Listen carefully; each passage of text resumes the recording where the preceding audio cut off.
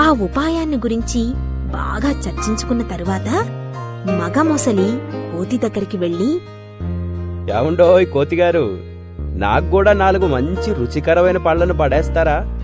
దాందేముంది, అలాగే తీసుకోండి అని 4 పండ్లను కింద పడేసింది.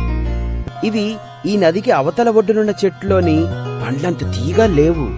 వాటి రుచి నువ్వు చూడాల్సిందే. అవి వీటికన్నా చాలా తీగుంటాయనుకుంటున్నాను నేను. అవునా, అవి అంత తీయగా ఉంటాయా అని కోతి నదికి అవతల వైపు చూస్తూ అడిగింది.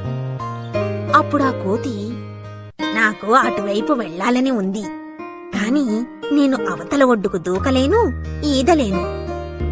నువ్వేం బాధపడకు, నేను నీకు సహాయం చేస్తాను. దా, నా వీపు మీదకు దూకుదూరా అన్నది. అప్పుడు ఆనందంతో కోతి మొసలి వీపు మీదకి దూకింది.